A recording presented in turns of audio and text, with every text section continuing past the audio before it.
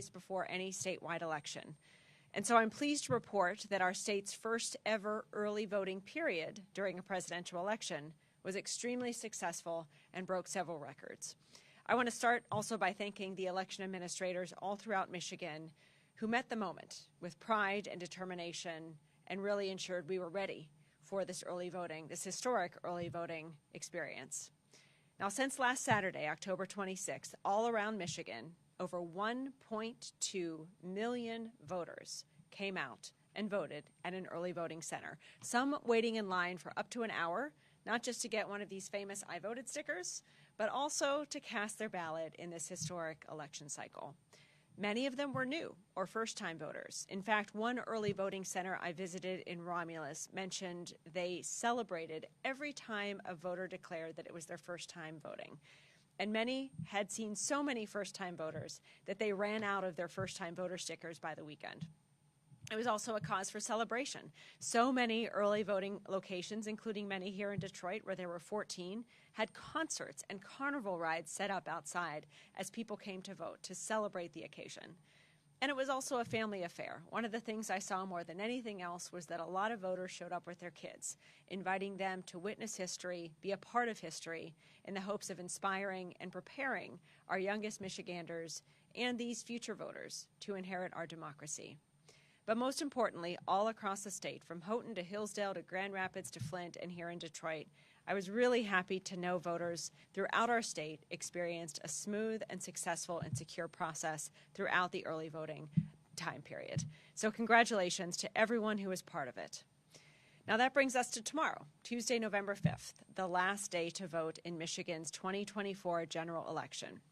Now as we head into tomorrow, which is the final day of voting, I'm pleased to announce that all the trends we're seeing indicate that we are on pace to see another high turnout election with voters all across this state enthusiastic and engaged. First, between mail-in ballots and in-person early votes cast, nearly 3.2 million Michiganders have already participated so far in this election. That's 44% of active registered voters turning out already before the traditional election day even begins. And that includes more than, as I mentioned earlier, 1.2 million voters who cast their vote at an early voting site. Voters' enthusiasm for early voting was really above and beyond anything we expected throughout the week. And we consistently saw each day over 100,000 or more folks show up to vote. The highest early voting turnout day was yesterday, Sunday the 3rd, with more than 189,000 voters showing up and casting their ballot. And whether they voted in person early or from home via mail or drop box, women cast 55% of the ballots submitted so far. We're also seeing young people engaged throughout the cycle. 2 days before Election Day in 2020, about 12% of people who had voted by mail were between 18 and 30 years old. In 2022, that number was 7%, 18 to 29-year-olds. As of polls closing last night, 12.5% of the total votes cast thus far came from 18 to 30-year-olds, and more than 17% of those who took advantage of in-person early voting were between the ages of 18 and 30 years old. Older Michiganders also represent more than half the votes cast already, with 51.4% of ballots cast total up to this point coming from voters over the age of 60. And 15% of voters who have cast a ballot in Michigan in 2024 did not vote in 2020. So while statewide voter turnout is currently at 44% and Washtenaw County is leading the pack with 54%, that's 10 points above the state average. We're also seeing high turnout rates in many of our largest counties. Oakland County is also above the statewide turnout rate. They are at 49.8% turnout. And Kent County is at 47.8%, all again above the state average.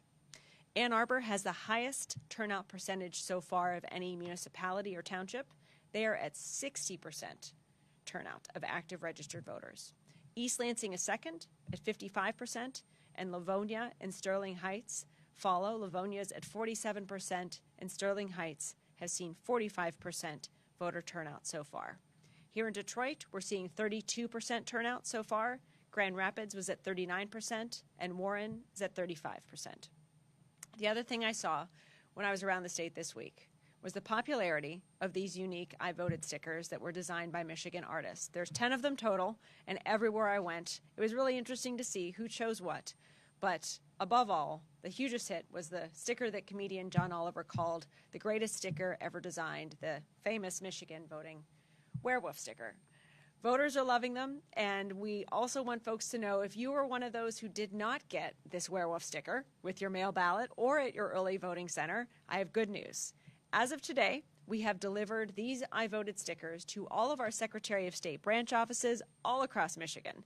So they're now available for any voter or future voter or just sticker enthusiast to come and pick up at one of our branch offices. I want to also thank Michigan's clerks and election workers who've done an exceptional job managing the early voting sites, setting up counting boards, pre-processing mail-in ballots, and overall making sure the voting process runs smoothly and securely. All of us owe a huge debt of gratitude to these dedicated professionals, and I'm extremely thankful for their tireless work for the people of Michigan. Now, finally, let's talk about tomorrow. First, any eligible voter who has not yet voted can still do so tomorrow. Polling locations and precincts will be open tomorrow from 7 a.m. to 8 p.m. all around the state. And if you are one of those voters who procrastinate and have your ballot from at home and you're voting from home, you can still return it to your local clerk's office or to a local drop box in your community before 8 p.m. tomorrow, November 5th. And even if you aren't registered to vote, you can still register and cast a ballot tomorrow as well with proof of residency. Bring it to your clerk's office before 8 p.m. and you'll be able to register and cast your vote there in one trip. To find your local clerk's office, your nearest local drop box, or your election day precinct, or anything else you need to know for tomorrow, go to michigan.gov/vote. And remember, whatever option you choose to vote, Michigan's elections are safe, secure, and the results will be counted accurately. On that note, let's talk results. I know a lot of people are wondering, when are we going to hear? I know people across our state and in Michigan and all across the country are anxiously waiting to learn the unofficial results of a number of high-profile races. So today we are releasing 3 videos that will walk everyone through exactly what will happen after the polls close. You can see those videos now on our website or our social media channels. And we can expect the first wave of unofficial results to begin being posted after 9 p.m. Eastern tomorrow. That's because we have 3 counties that are in Central Time, and we wait until all of the polls are closed across the state before releasing any numbers. You can expect to see ballots cast at early voting centers and in person in precincts tomorrow to be among the first numbers released in those early totals. And you will also see, in some cases, ballots that were sent back through the mail or drop boxes, absentee ballots, being included in those totals as well. Those will be the ones that were returned early, and I'm really pleased that in this moment, 82% of the ballots that were sent out have already been returned. So you will see some of those ballot results as well in those early numbers. And while we expect to have the final unofficial results by midday Wednesday, I will be hosting a press conference tomorrow evening shortly after 9 p.m. at Ford Field. And at that time, I will have more specific updates for everyone in terms of what to expect in the post-election period. Now I'm happy to open it up for questions. Secretary Benson, yes. 4 years ago, we saw an influx of absentee voters, of course, due to the pandemic. And it resulted in some impatience among the community members, and we saw a lot of chaos at TCF specifically. Are there any security measures in place to prevent that this go around? There are, and I'll say a couple of things on that. First, it is now a crime in Michigan to threaten an election worker in their line of work. Secondly, throughout the pre-processing procedures that we've observed in Detroit across the state, there have been a number of challengers and observers all peacefully observing and staying within the guardrails of their roles to have access to see the process and also have transparency as well. It's gone abundantly smoothly, and I'm really glad for that. I see no reason why we should depart from that at all tomorrow or in the days ahead, and I certainly expect and hope that no one will try to disrupt the process. It won't be successful, it will break the law, and we will be there with state, local, and in some cases federal law enforcement to protect the process, to protect the people in the process, and to ensure that there is justice served for anyone who would break the law in trying to disrupt or interfere with our elections. All that said, I'm really, again, hopeful that we'll see a peaceful election day, both during the voting process and after the polls close. But we are prepared for anything, and we have multiple partners and even have done scenario planning exercises all across the state to be ready for anything that could transpire. The other thing I'll add is that we'll have close to 100 people from this office working throughout the state to be there and be present if anything occurs, whether it be in northern Michigan or the Upper Peninsula or on the west side of the state or here on the east side of the state. We'll be ready in partnership with the Attorney General's office and many others to be there and to ensure we're able to either de-escalate or mitigate any potential occurrences. But again, we ask everyone to respect the process, respect democracy, respect the officials who are in the process, and let's have a smooth and secure election tomorrow. Thanks. Secretary, Yeah. Yeah. Associated Press. Can you talk about the impact of the early voting and the absentee voting on the how easy or perhaps hopefully easier to process everything? I mean, how much of this has gone on the last 9 days will be a relief to the clerks and everyone who has to process the ballot? Yeah, we'll go through a couple of things in comparison to 2020. So in 2020, we had 3.3 million citizens vote before Election Day through primarily mailing in ballots. And in 2020, we saw 2.2 million citizens show up on Election Day. In 2020, our clerks were not able to begin even pre-processing those ballots, those 3 million ballots, until 7 a.m. on Election Day itself. And they did, to great success, actually worked very methodically and securely to process and tabulate those ballots alongside the Election Day they were administering.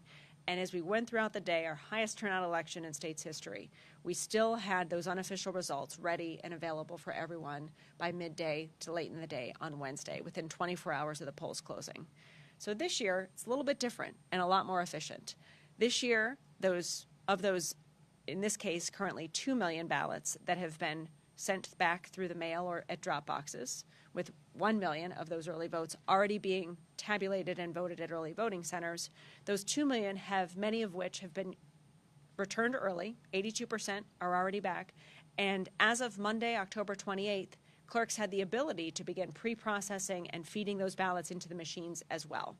So that puts us in an extremely good position to handle any late-coming ballots that are returned on Tuesday or today, which will be processed and tabulated just as they would if they were returned at any other time, to go through that, but we'll have a much smaller number of those ballots this time and much higher capacity to efficiently and securely and accurately process and tabulate those ballots tomorrow. All that to say is we'll see how things unfold, but I'm very optimistic and hopeful that we'll have those unofficial results in sooner than we did in 2020, and that is part of what I'll be able to update everyone on at 9 o'clock tomorrow night. Yes. As you know, there's an enormous amount of misinformation already circulating, a lot of it with intent, some from inside the country and outside the country, and I expect more here after the election and on Election Day. How do you plan to push back against that and communicate what is fact versus fiction? Yeah, well, a number of things. First, in this moment, every citizen has a responsibility to be a critical consumer of information, because the biggest advantage our adversaries have when trying to create confusion and chaos and even fear is to fool us into believing what they're telling us is true. And so all of us can be that first line of defense of not being fooled by seeking out multiple sources of information, by going to websites like the one we've set up, michigan.gov/electionfacts, where you'll see conspiracy theory after conspiracy theory consistently debunked with facts. What we've also done this year is partner with faith leaders, business leaders, community leaders, sports leaders, and many others to equip them and train them with all of the information as well, so that if they get questions or if they want to proactively address misinformation, they can do so from the pulpit or from wherever it is that they have their sphere of influence. And then finally, we'll be working on social media and also throughout the day to continue to respond to anything that metastasizes or grows in a way that could get out of control and lead to more misinformation happening throughout the day, like if there are videos posted and things like that. We're ready. We've done scenario planning exercises all around the state, like many of my colleagues around the country have done. And for that reason, I feel like we've got good procedures in place if anything does transpire in the next 24, 48, 72 hours. But none of anything we can do, we're committed to transparently and proactively providing all the data and information we can on websites and through trusted voices and others. But the first and last line of defense is always the mind of our residents and the mind of our citizens. That's what people are trying to infiltrate. And so don't let them. Become smart, or be smart, critical consumers of information. Ask questions. Question everything you see on social media. Don't assume anything that you're seeing from a source other than a trusted voice or election official has truth until you cross-check it with other sources of information. And then know that there are people in Michigan prepared to answer questions all across our state as they arise and debunk quickly anything that occurs. And we'll certainly be working with all of you here today, if you hear something or we hear something, to get the truth and trusted information out as soon as possible. Yeah. Hi. Yeah. Hi. Two quick questions. One is, of the 15% of new voters, Yeah. do you have any insights on them, gender, race, or Not at this point. geography? No, we haven't done a deep dive. We could probably do a deep dive into those numbers. But even I was even asking, do we know how many voted early versus absentee? We just haven't pulled that data yet. Sure. Yeah. And the other bigger question is, we know that you are subject to a good number of lawsuits. How many of them have been, sort of disposed of? How many are still operational? And what, if anything, is going to impact what's happening? We have a great legal team in partnership with the Attorney General and other partners to handle any lawsuits that come our way. The vast majority we've seen, including some of the most recent ones, are truly meritless. And so we see them primarily as efforts to inject allegations or false allegations into the public narrative, not to necessarily win in a court of law. So we've seen a lot of them dismissed. We've seen some dismissed and refiled the next day just to keep the story out there. So we're trying to help everyone see that these are, as we've said consistently, oftentimes lawsuits or a PR strategy that are masquerading as lawsuits to try to create fear or cast aspersions or seeds of doubt on the integrity of our elections. So we anticipate this will continue in the days and possibly weeks ahead, and we'll work to both stay in front of them and help equip everyone with information about why we may believe a particular lawsuit is meritless, what it's actually trying to get people talking about or thinking about or worried about, and then whatever we've done to put in place to protect against any types of For our reporting, false do you know aspersions. sort of a sense of numbers? How many have been filed? How many have been dismissed? We do refer to them as numbers because they just come so quickly. There's case 1, RNC 6, RNC 7, but we can get you those specific numbers. Yeah. Yeah. To a little bit more about the physical safety of polling locations and our poll workers as well, and what that safety kind of looks like. Are we, arming poll workers with pepper spray? What does it look like? We have not armed poll workers with pepper spray, nor would we, but at the same time, we do have a connection to every poll worker in the state to make sure if something arises, we can find out about it quickly. Many of our election workers have gone through de-escalation training, and we also will have 100 people from our office all throughout the state and here at Cadillac Place to be able to be on hand and rapidly respond or de-escalate anything that might erupt or occur throughout the day. We are very aware that that anxieties are running high and that a lot of people are worried about the potential for disruptions or worse on Election Day. So we're working with law enforcement to, again, make sure people are safe and feel safe, both voters and election workers. And we want everyone to know you'll be safe when you come to vote tomorrow. And if anything does erupt or occur, we'll be there to quickly ensure it is contained and doesn't escalate beyond any particular isolated incident. And we'll be updating all of you. We'll be having calls with the media throughout the day. So as you're hearing things and we're hearing things, we'll stay all in close communication about both what might be occurring, what we've done to mitigate it or de-escalate it, and what any other response might be. So Secretary, we've seen some videos of poll workers being attacked by voters who are not following rules. Can you just sort of address the do's and don'ts, things you should not wear to a polling site? Yeah. Campaign literature that should not be passed out. Yeah, I would caution anyone. I appreciate everyone's enthusiasm about this election and how passionately people feel about their particular candidates. But campaigning or even wearing insignia that would suggest campaigning for a candidate within 100 feet of a voting location is against the law in our state. And so we want people to have the conversations you want to have about candidates outside that safe space. But once you get within 100 feet of a voting location, that's the time to be a voter. We always encourage people to not wear things that perhaps would suggest that they're supporting a candidate, because that could be seen as campaigning for candidates within a polling place. Secondly, our election workers are professional, they are bipartisan, they are committed to doing their jobs with integrity. And so work with them to ensure the sanctity and the security of our elections and our voting procedures in places, not against them. We will be on hand if there are disruptions that arise to protect our election workers.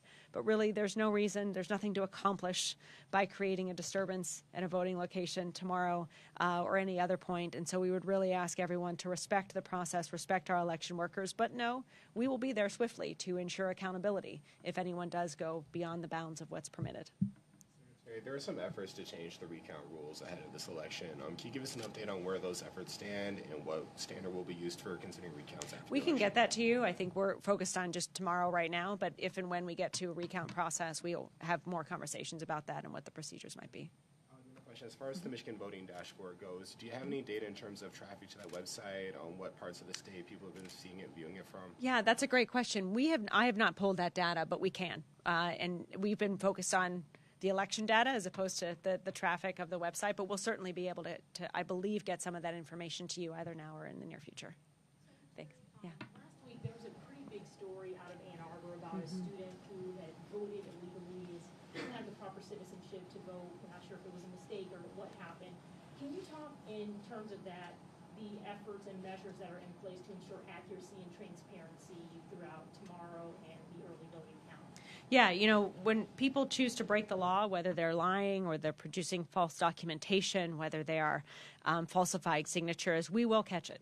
Voting is a public record, and those public records of who votes in Michigan and elsewhere have been scoured over many times in past elections. And to that point, it really reemphasizes how this incident was an isolated incident.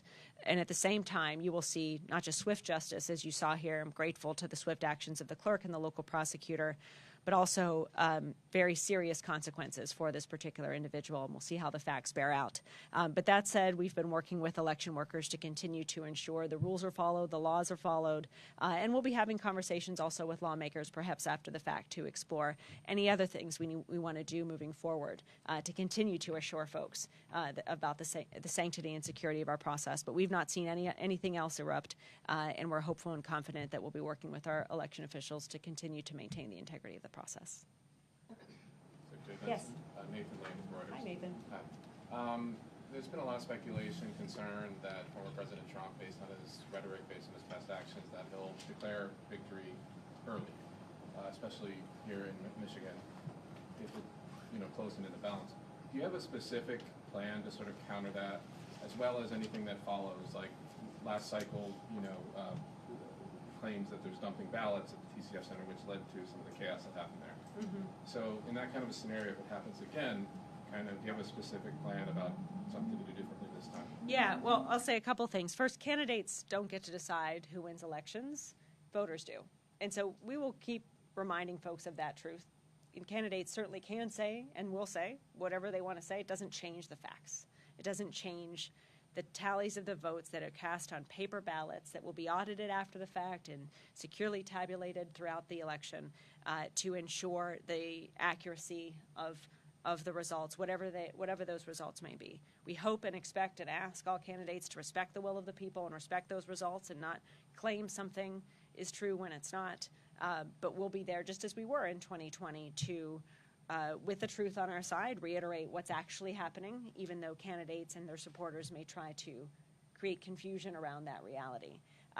That's why for the next week and beyond, we'll be here to consistently, as we were in 2020, debunk the misinformation or debunk conspiracy theories as they may arise. And we ask for your help, too, frankly. When you, in 2020, it was media supplies that were being brought into then TCF Center that were falsely alleged to be ballots. They weren't. And I was grateful for friends in local media here who quickly said, no, that was our stuff. That wasn't ballots. We'll have to do that again, potentially. But truth and transparency are on our side, and I'm hopeful that the number of people who will be observing, and challengers as well, within, in this case, Huntington Place, who will be on hand to hopefully also speak that truth and not cast false aspersions on the process, will stay within the lines as well. But it's one of the things we'll be keeping tabs on as things unfold in the days ahead, to see what is it that could be used, what small kernel of misinformation could metastasize into something much larger. I think the one thing I would say is we've all been through this before. We've seen how completely innocent things can be misused to spread false aspersions about our election. So let's all be vigilant and not allow that to happen, and try to negate it as soon as it does. We'll certainly be doing our part, and hope citizens can also join us too in helping us to spread the truth and not allow conspiracy theories to foment. Can you mention the large numbers just one more time? I think you said nearly 3.2 million Correct. people have voted either in person Or absentee. Mm-hmm. And of the 3.2, 1.2 Correct. came We're out early in person. early in person. Yes. Okay, thank you. And we'll have a release that we can get you right after this with all those numbers in writing. Yeah. Other questions? Yeah. CNN. I know there's going to be some eyes on Warren tomorrow night. Yeah. Just anticipating. A lot of them. Yeah. A lot from our office. Yeah. Do you have any updates as far as what you're expecting or when those results might be in, as far as Warren and broader across the state? Do you know of any places that aren't planning to count throughout the night and potentially wrap up at a certain time and pick up in the morning? We don't right now know of any places that would in any way not count until the count is done, but we'll have more of an update on that at 9 o'clock when we'll know more. In Warren, it's looking like anywhere between 22 and 25,000 ballots will be processed and run through the machines beginning tomorrow. So we'll keep tabs on that throughout the day to see how that's proceeding and if any others come in late. And that's another thing we'll be able to have on hand at 9 o'clock to know. We will have members from our office there with updates, and I'm sure many others will be there too. And I'm hopeful that the Clerk Ferlini, the county clerk, has also said he will be releasing partial results as they come in. He won't wait till every community delivers results before releasing them. So we'll see how things play out. I think the good news is there are lots of eyes on it, so we'll all be able to know exactly what's happening, when it's happening, and what to expect. Any other questions? So we'll be having I'm here and available. If you have any additional questions in the hours ahead, we'll be having another press conference tomorrow morning at my polling place at 10:30. Sorry, Angela, if I wasn't supposed to announce that, but I did. Sorry. And then we'll have our 9 o'clock. So just so you know, and then we'll have our 9 o'clock, or shortly after 9 o'clock, we'll have a press conference at Ford Field to wrap up the day. Thanks, everybody, and let us know if you have any more questions. Take care.